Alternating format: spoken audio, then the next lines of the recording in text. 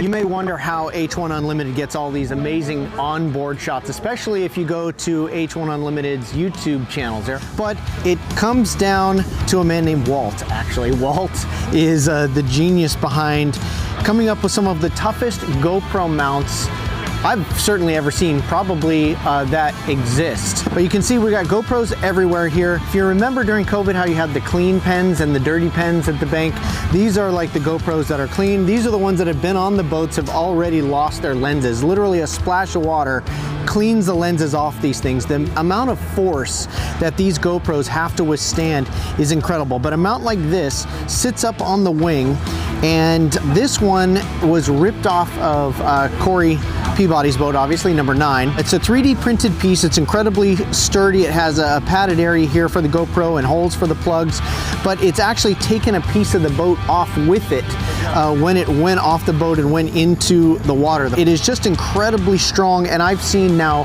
3 blowovers, and the GoPro housing and camera have always survived. Walt, thank you so much for letting me, sorry, I know I invaded your desk here. It's quite organized system here. So is this the first year that you've implemented this kind of mount? Yes, sir. Yeah. Yes, sir. I've done this for 15 years, and I have literally 75 GoPros in the bottom of lakes and rivers across the United States.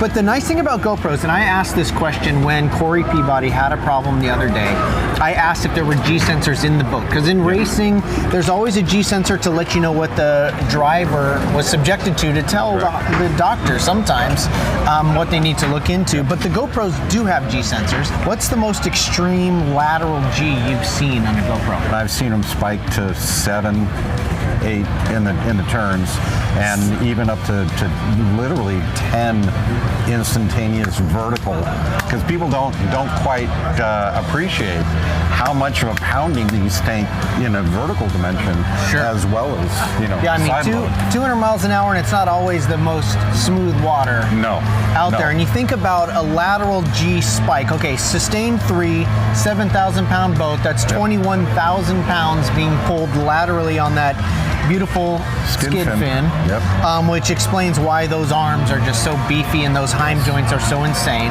But with a spike to 7, so that's 49,000 pounds. So that's like holding up, I don't know, my math is terrible, but that's holding up 12 minivans from the skid fin. You're pretty right. I think skid fins are now rated to 60,000 pounds. That's their minimum rating.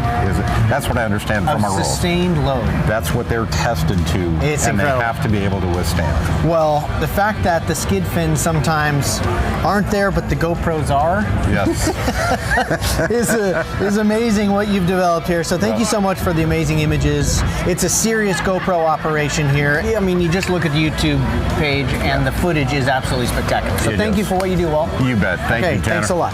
Thank you.